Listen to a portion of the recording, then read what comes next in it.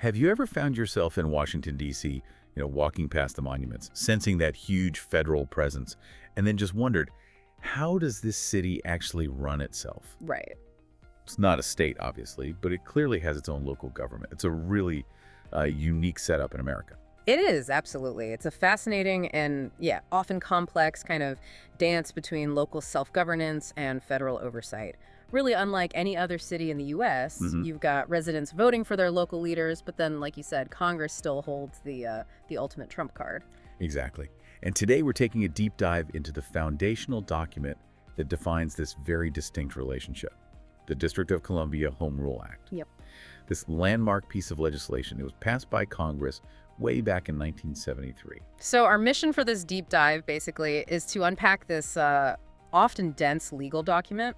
We want to translate its language into clear, everyday terms. Right. We'll explore what powers it actually granted D.C. residents, who truly runs the city day to day, how its vital funds are managed, and, where that ultimate federal oversight still comes into play. By the end of this, you're going to walk away with a really solid understanding of how D.C. works, and maybe even a new appreciation for its distinctive, sometimes challenging place in the American system. Hopefully. So let's jump in. Let's unpack this. Okay, so to kick things off, what was the driving force behind the Home Rule Act? What problem was Congress trying to solve? Or maybe what was it trying to achieve for D.C.? Well, you got to remember, for decades before 73, D.C. was essentially run directly by Congress or by officials appointed by the president. Yeah. No elected local government. Exactly. Imagine living in a city where your local laws, like parking rules, are debated by legislators from 50 different states, many of whom probably hadn't spent much time in your actual neighborhood. Yeah, that sounds inefficient. Very. So the core purpose of the Home Rule Act was to delegate specific legislative powers to a new elected D.C. government and let residents vote for their own local officials. It was a huge effort to finally grant local self-government and, frankly, modernize the city structure. Okay, so empowering D.C. residents was key. But what's the deeper insight?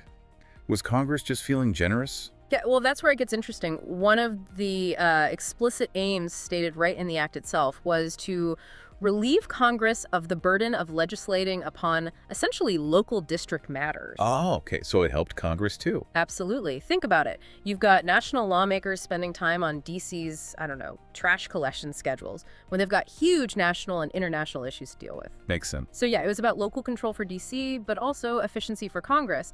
However, and this is the critical part, the big asterisk, Congress explicitly retained its ultimate legislative authority over the Capitol. That comes straight from the Constitution. So it was always a delegation of power, like you said, not independence. Precisely. It set up this unique kind of ongoing tension from day one. Okay, that really clarifies the why. So with this new act, how did the city actually transition? From being run by appointed folks to having its own elected government. What changed right away? Well, the act basically swept away the old system. It abolished the previous appointed government that included the District of Columbia Council and the commissioner offices that came out of a 1967 reorganization plan. Gone.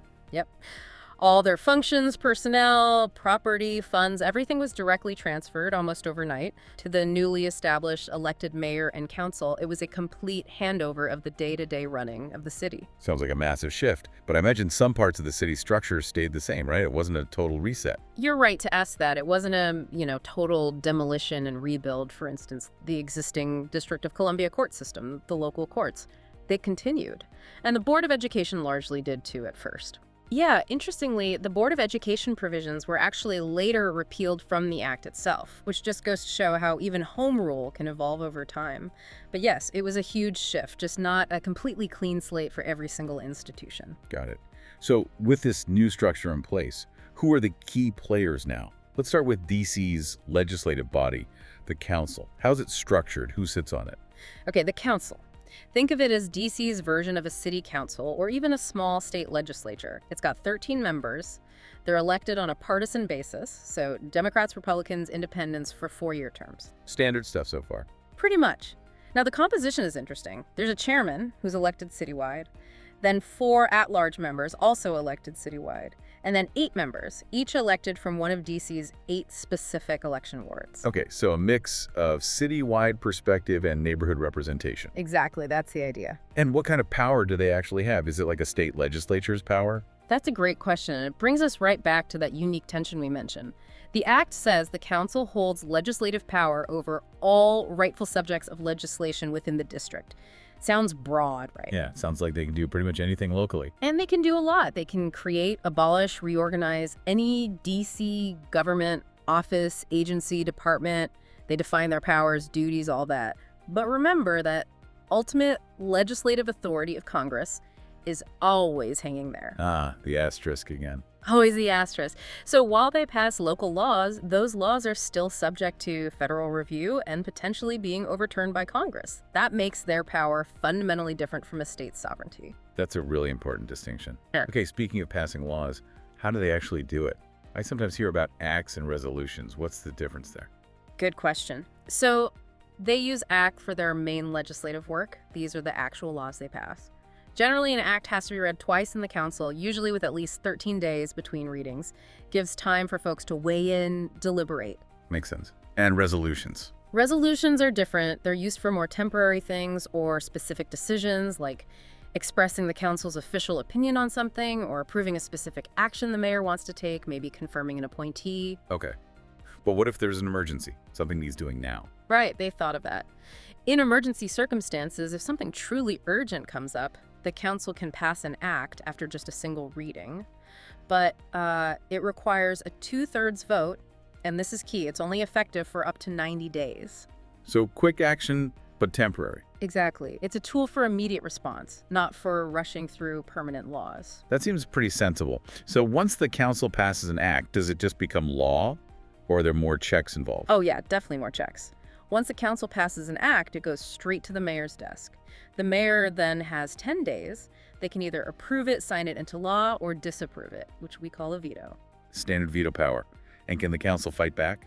They can. If the mayor vetoes the act, the council can override that veto. But they need a 2/3 vote of the members who are present and voting at the time. So it's a pretty standard checks and balances system, much like you see at the state or federal level. Okay, so that brings us to the mayor, D.C.'s chief executive. What exactly is their role? How does it compare to, say, a state governor? Well, the mayor is also elected on a partisan basis, also for a 4-year term that runs concurrently with the council's term, their main job, executing all the D.C. laws and administering the city's day-to-day affairs. So running the government machine. Pretty much. This includes overseeing all the city agencies, managing personnel functions. The act actually mandated setting up a D.C. merit system for employees. They also propose acts to the council, so they initiate legislation too. And interestingly, they can even propose legislation to the U.S. government, though that's more of an advocacy function. So they're the city's CEO, basically, responsible for operations and setting direction. That's a good way to put it. Yeah, the CEO. And I think you mentioned they have some power over how the executive branch itself is organized.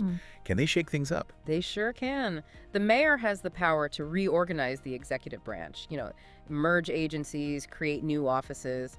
They do this by submitting a reorganization plan to the council. The council then gets 60 days to review it, and if they don't disapprove it within that time, the plan goes into effect. Okay. And what about that item, veto power, you mentioned earlier? That's just for budgets. Exactly. It's a specific tool just for budget acts. It lets the mayor disapprove individual line items or provisions within the budget bill while still approving the rest of it. It's a powerful tool for more precise financial control. But the council can override those too. Yep, same deal. Council can override those specific item vetoes with a 2/3 vote. All right. Now, moving on to a role that sounds particularly crucial, especially given D.C.'s financial history, the chief financial officer, the CFO. This isn't just a regular department head, is it? Sounds like they have a unique level of independence. You've absolutely hit on a key point there. This role is far from typical. The Act, especially after some later amendments driven by D.C.'s financial troubles in the 90s, deliberately designed the CFO position with really unique and independent authority. Independent how? Independent over personnel and procurement just within their own office. So they operate separately from the general D.C. government rules in those areas. This fiscal independence was seen as absolutely critical to ensure the city's finances are managed with a high degree of autonomy and accountability, kind of insulated from the day-to-day political pressures. That independence is really fascinating. So how does someone get into such a powerful spot, and what are their main duties beyond, just balancing the books? Well, the CFO is appointed by the mayor, and the council has to consent. But here's that federal hand. Again, the appointment also goes through an additional 30-day review period by key congressional committees. Wow, Congress gets a look even at that level. They do. And the CFO serves a 5-year term, which is longer than many political appointments, again, for stability. Their responsibilities, huge. Overseeing all the city's financial management, preparing DC's budgets, reporting constantly on the city's financial status, managing all the borrowing programs. They even have to certify that funds are actually available before the city can sign off on union contracts, collective bargaining agreements. So, truly the financial gatekeeper, making sure everything adds up and the city stays solvent. Exactly. A vital and, I imagine, pretty stressful job. I bet. Okay, what about the BC judiciary, the local courts, and the justice system for residents? How are they structured? Who appoints the judges? Right, the local courts. So the judicial power for D.C. residents is primarily in 2 main local courts. You've got the District of Columbia Court of Appeals, that's the highest local court, kind of like a state Supreme Court. Got it. And then there's the Superior Court of the District of Columbia, that's the main trial court where most cases start. Judges for both these courts serve long 15-year terms. 15 years, wow. Provides some continuity. Definitely. But here's the unique part again, how they're appointed. They are nominated by the President of the United States. The president. For local D.C. judges. Yep. Nominated by the president, chosen from a list that's put together by a local body, the District of Columbia Judicial Nomination Commission. And then they have to be confirmed by the U.S. Senate. So even the local judges have that direct federal appointment process. That's something. It really highlights the unique status, doesn't it? Federal involvement in a fundamentally local institution. And who keeps an eye on the judges themselves? Is there an oversight body? Yes, there is. There's a separate body called the Commission on Judicial Disabilities and Tenure. They're responsible for monitoring judges and handling issues like removal, suspension, or involuntary retirement if there are problems like felony convictions, misconduct, or disability. It's an important independent check. Okay. And just rounding out the elected officials, there's also an attorney general, right? Is that role similar to a state AG? Correct. That position is also an elected partisan office, serving a 4-year term that lines up with the mayor's. And yeah, much like a state attorney general, they act as the chief legal officer for the district government. They advise on legal matters, represent the city in court, that sort of thing. Okay, so we've mapped out the main players: council, mayor, that independent CFO, the judiciary. But let's be honest, for any city, power often follows the money. How does DC manage its finances and growth under this unique setup? What's the budget process actually look like? Yeah, this is where DC's unique status really shapes things. So the mayor prepares and submits an annual budget to the council. The council then debates it, amends it, and ultimately adopts it. But this budget isn't just a 1-year snapshot. It has to include a multi-year plan for operations and also a multi-year capital improvements plan for big projects like schools, roads, etc. Laying out the future roadmap. Exactly, planning ahead. And there's that crucial balancing act, isn't there? I've heard DC has to balance its budget in a way that, say, the federal government doesn't. That's a critical point, yes. And it's one of the strictest requirements in the act. A core principle is that proposed expenditures shall not exceed estimated resources. Put simply, DC's operating budget generally must be balanced. No deficit spending locally. Right, unlike the federal government. But here's the kicker, the really significant part that makes DC different from states. Both the federal portion of the budget, like federal payments, and the local portion, funded by DC taxes, are subject to congressional review after the mayor and council approve it. Both parts, even the locally raised money. Both parts. The council chair sends the whole thing up to Capitol Hill, and no DC funds, local or federal, can actually be spent, obligated, until that congressional review period passes without disapproval. Wow. That's quite a federal leash on the local purse strings. It absolutely is. It means DC's local budget isn't entirely its own, ever. It always needs at least a passive sign-off from Congress. So what happens if DC gets unexpected money? Like, say, a big grant from a foundation or a new federal program pops up after the budget's approved. Does that money just sit there? No, they can use it, but there's a process, of course. DC can accept and spend grants, federal, private, whatever, that weren't in the original approved budget. But first, the CFO has to submit a detailed report about the grant to the council. Okay. Then the council needs to approve accepting and spending it. Though often this happens through something called deemed approval. If the council doesn't actively file a disapproval resolution within a certain number of days, usually 14, it's considered approved automatically. Streamlines it a bit, but still keeps oversight. Exactly. And for those totally unexpected things like a sudden recession hitting tax revenues or, heaven forbid, a major disaster, DC has reserve funds, right? Like rainy day funds? That seems smart. It absolutely is, and the Act requires it. There are two main cash reserve funds mandated to ensure fiscal stability. First, there's an emergency reserve fund. That's supposed to hold at least 2% of DC's operating budget. And it's specifically for unanticipated and non-recurring extraordinary needs of an emergency nature. Think, massive snowstorm cleanup, flood response, maybe a public health crisis. Got it. The real emergencies. Right. Then second, there's a contingency reserve fund. This one's bigger, should hold at least 4% of operating expenditures.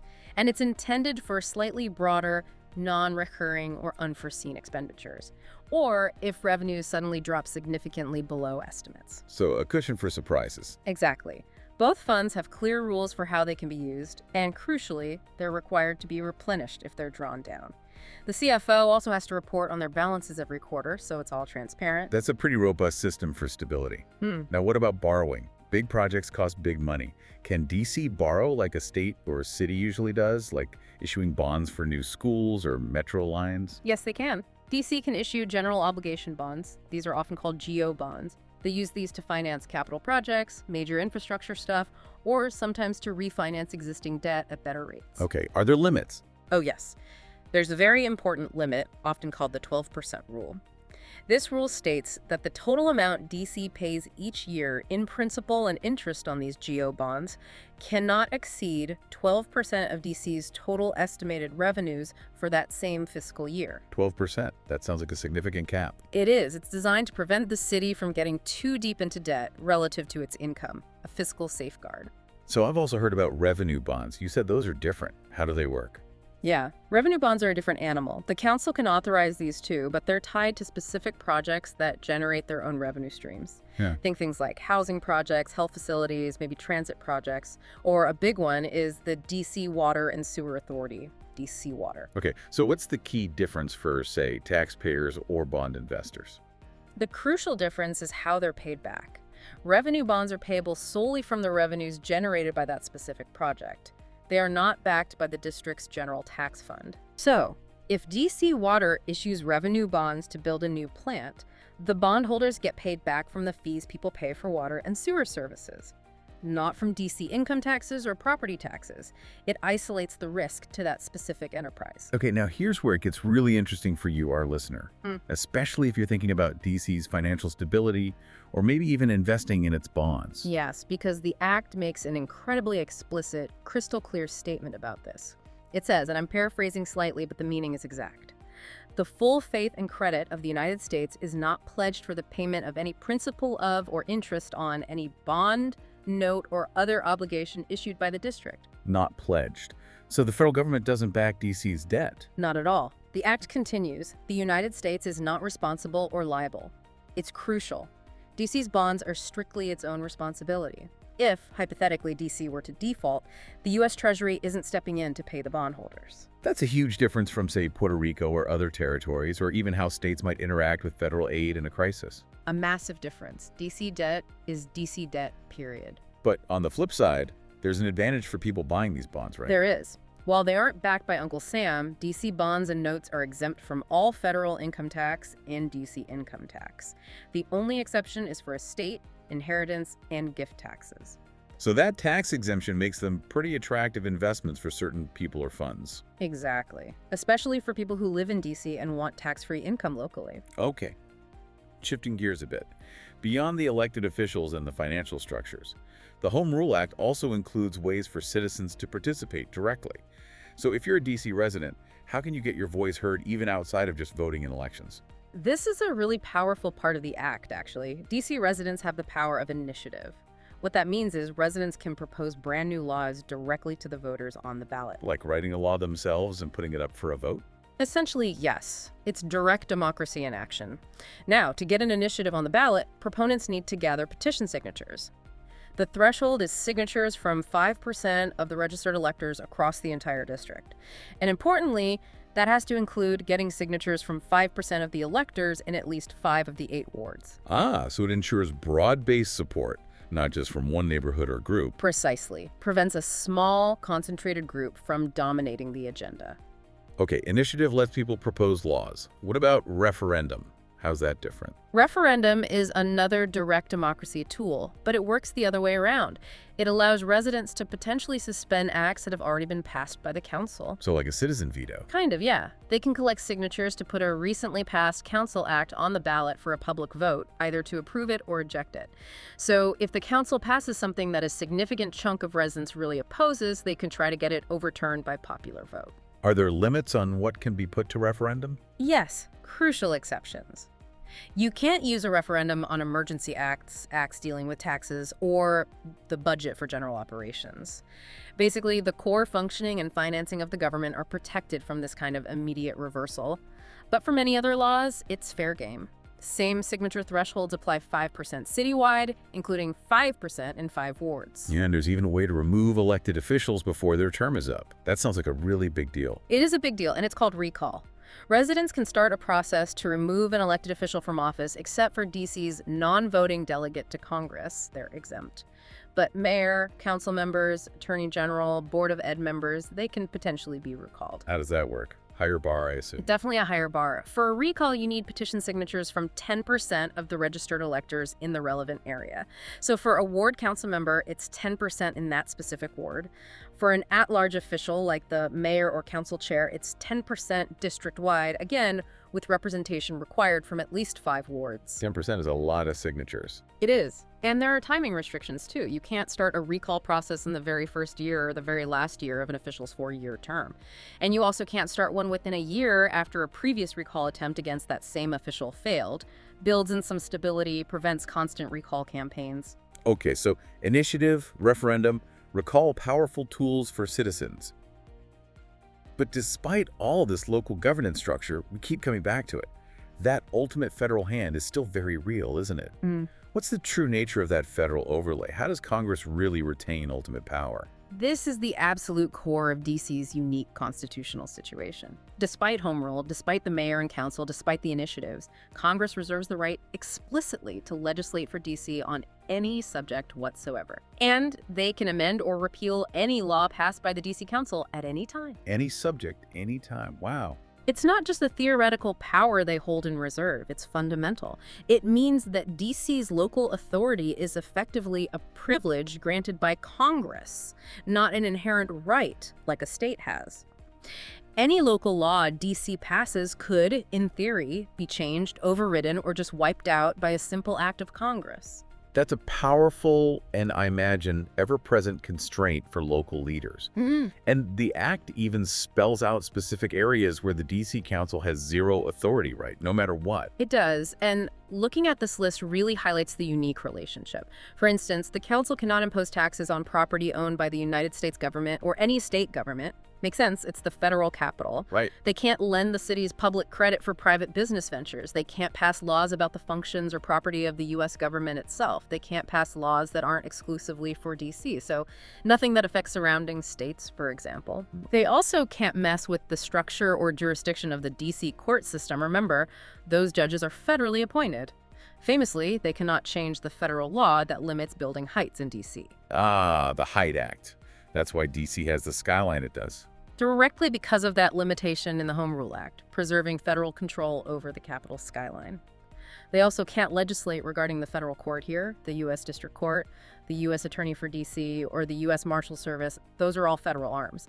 And for a while, right after the act passed, they were even temporarily barred from making laws about criminal procedures and prisons. So a clear set of no-go zones for the local government. Very clear lines drawn by Congress. And even for the laws the council can pass, the areas they do have authority, even after the mayor signs it, it's still not immediately law, is it?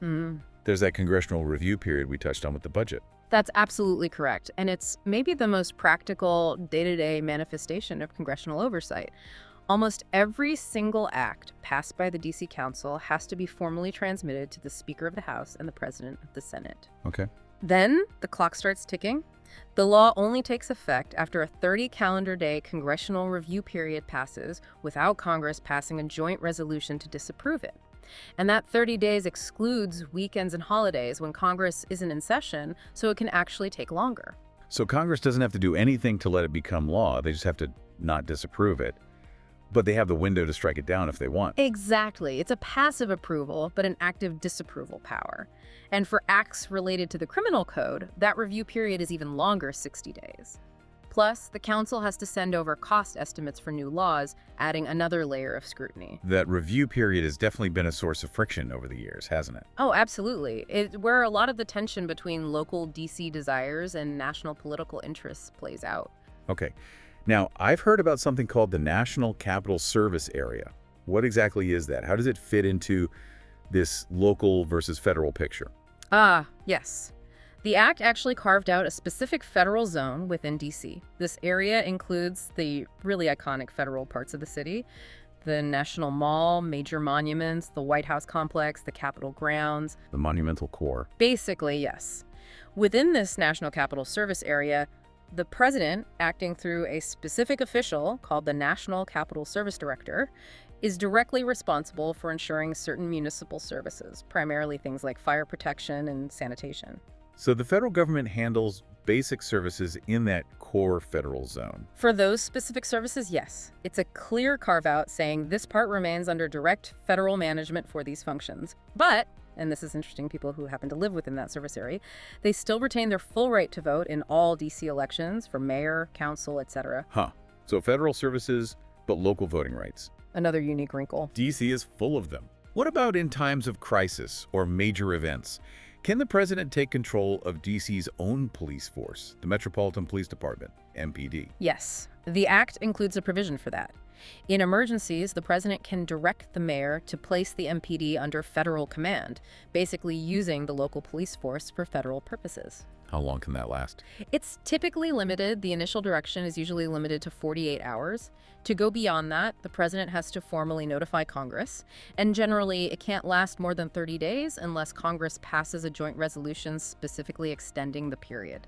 So it's a powerful emergency authority, but it's meant to be temporary and subject to congressional oversight. Underscores again that ultimate federal responsibility for the Capitol's security. Exactly. Finally, one more thing. Transparency. How does the act make sure D.C. residents can actually see what their local government is up to? That's addressed through strong open meetings requirements. The act mandates that basically all official meetings, that includes hearings, regular sessions, everything, of any D.C. government department, agency, board, or commission, including the council itself, must be open to the public. No closed doors, usually. Right, and not only open, but written transcripts, or at least detailed transcriptions or recordings must be kept, and those must be made available to the public. It's crucial for accountability, letting residents monitor what decisions are being made in their name. Wow, okay. What a truly deep dive into the D.C. Home Rule Act. Yeah. It really paints a picture, doesn't it?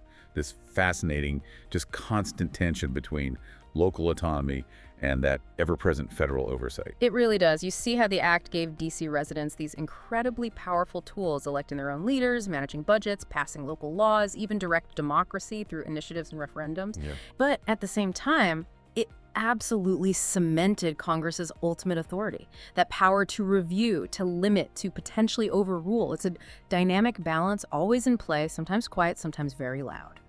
So for you listening, whether you live here in D.C., visit a lot, or maybe you just care about how governance works in unique situations, Yeah. understanding this act is absolutely key. It really sheds light on why some local D.C. decisions seem to face this extra layer of scrutiny you don't see elsewhere, and why the district just isn't quite like any state. Definitely highlights the distinct challenges, the peculiarities of governing the nation's capital, where local desires for self-determination are constantly bumping up against national interests and constitutional constraints. So it really leaves you with a final thought, doesn't it? As the District of Columbia keeps growing, keeps evolving, and as those calls for full statehood continue, how might this really delicate balance, this dance between local governance and federal control, how might it continue to be tested Right. or adapted, or maybe even fundamentally changed in the years ahead? It's a huge question. Profound implications for democracy, for representation, and really for the future of our capital city. Something to think about.